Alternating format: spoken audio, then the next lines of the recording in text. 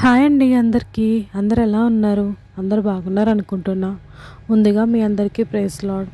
ఈరోజు నేను morning routine అనేది మీతో షేర్ చేసుకుంటానండి. ఎవరు కూడా స్కిప్ చేయకుండా చూడండి. అయితే మార్నింగే మా తమ్ముడు బయటికి వెళ్ళి కాయగూరలు తీసుకొచ్చాడండి. అవి చదువుతున్నాను. ఫస్ట్ అయితే ఇవన్నీ తీసి పక్కన పెట్టుకున్నాను. ఒక్కొక్కటిగా తీస్తున్నానండి, పక్కకు పెట్టుకుంటున్నా. కాయగూరల రేట్ అయితే తగ్గింది అంటున్నారు, కానీ ఇక్కడైతే ఇటు సైడ్ అయితే పెరిగిందండి. రేట్ చాలా రేట్ కూడా ఎక్కువగానే అనిపిస్తుంది. ఫస్ట్ అయితే పచ్చిమిర్చి అయితే పక్కన పెట్టేసుకున్నానండి. ఫస్ట్ ఇవన్నీ ఎక్కడెక్కడ అన్నీ తీసుకుని పక్కన పెట్టేసుకుని దాని తర్వాత ఒకటి సర్దుతానండి.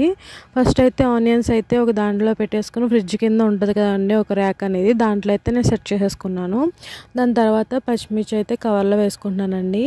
దీన్ని కూడా క్లోజ్ చేసి పక్కన పెట్టేసుకున్నాను. దాని తర్వాత చిక్కుడుకాయలు కూడా ఒక దాంట్లో వేసుకుని దాన్ని కూడా క్లోజ్ చేసి పక్కన పెట్టుకున్నాను. దాని తర్వాత దొండకాయలు అయితే తీసుకున్నానండి. దొండకాయలు కూడా ఒక దాంట్లో వేసేసుకున్నాను.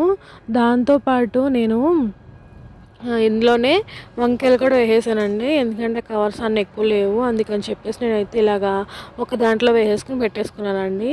వీటిని కూడా క్లోజ్ చేసి పక్కన పెట్టేసుకున్నాను. దాని తర్వాత అరటికాయలు కూడా తీసుకొచ్చాడండి. అవి కూడా కవర్లో వేసి దాన్ని కూడా పక్కన పెట్టేశాను. ఇప్పుడు ఇవన్నీ ఒక బాక్స్లో పెట్టేసి ఫ్రిడ్జ్లో పెట్టేస్తున్నానండి. దాని తర్వాత ఒకటి అని ఆర్గనైజ్ చేసుకుని పెట్టేసుకుంటున్నాను, ఇలాగా వీడియోలో చూపిస్తున్నట్టుగా.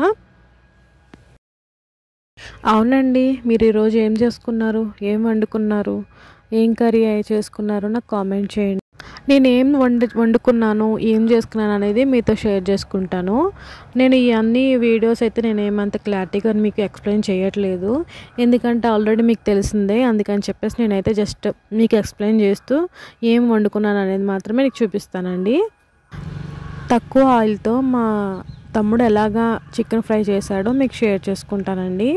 ఫస్ట్ అయితే చికెన్ని దాంట్లో ఉప్పు, పసుపు, కారం, నూనె, కొంచెం ఏమైనా మసాలాస్ ఉంటే అంటే గరం మసాలా అన్నీ వేసుకొని మిక్సీ చేసుకొని కొంచెం మన దగ్గర నిమ్మకాయ ఉంటే కూడా నిమ్మకాయ కూడా కలిపేసుకుని కొంచెం ఒక 10 to 15 minutes వరకు పక్కన పెట్టుకోవాలండి. దాని తర్వాత కొంచెం ఆయిల్ వేసుకొని స్లోగా కొంచెం బాగా వేపుకొని పక్కన పెట్టుకోవాలండి. దాని తర్వాత మళ్ళీ అవి తీసేసి మళ్ళీ ఇంకోసారి నెక్స్ట్ బ్యాచ్ చేస్తారు కదా, ఆ బ్యాచ్ చేసినప్పుడు ఇంకో సెకండ్ బ్యాచ్ కూడా మనం ఫస్ట్ వేసుకున్న బ్యాచ్తో పాటు దీన్ని కూడా వేసుకొని వేపేసుకోవాలండి. లాస్ట్లో కరివేపాకు కూడా వేసుకొని వేపేసుకొని పక్కన పెట్టేసుకోండి. దాంతోపాటు నేను ఇక్కడ ఆనపకాయ కూడా చేశానండి. అది కూడా మీకు ఇంకంటే రెసిపీ అయితే నేను అంత షూట్ చేయలేదు, ఎందుకంటే నాకు కొంచెం చిన్న పనులు ఉన్నాయి, అందుకని చెప్పేసి నేను ఇంకా ఇవన్నీ షూట్ చేయలేదండి. మీకు ఆల్రెడీ నేను షూట్ చేసింది కూడా ఉంటుంది వీడియో, మీకు నచ్చినట్లయితే అది కూడా చూడండి. ఈరోజు లంచ్కి చాలా ఐటమ్స్ అయితే ఉన్నాయండి, ఒక్కొక్కటిగా ఎక్స్ప్లెయిన్ చేస్తూ వస్తాను. ఫస్ట్ అయితే పులిహార, దాంతోపాటు గారెలండి, దాంతోపాటు మనం చేసుకున్న పప్పు ఆనపకాయ, దాంతోపాటు చికెన్ ఫ్రై అయితే ఉంది. అయితే మేము ఆల్రెడీ తినేసిన తర్వాత నేను ఇలాగ వీడియో తీస్తున్నాను. టమాటా చట్నీ, దాంతోపాటు కొత్తిమీర పచ్చడి. మా చెల్లి వాళ్ళ హస్బెండ్ మాకు ఇలాగా అరిసెలు, దాంతోపాటు జంతికలు కూడా తీసుకొచ్చారండి. అవి కూడా మేమైతే తిన్నామండి, చాలా బాగున్నాయి.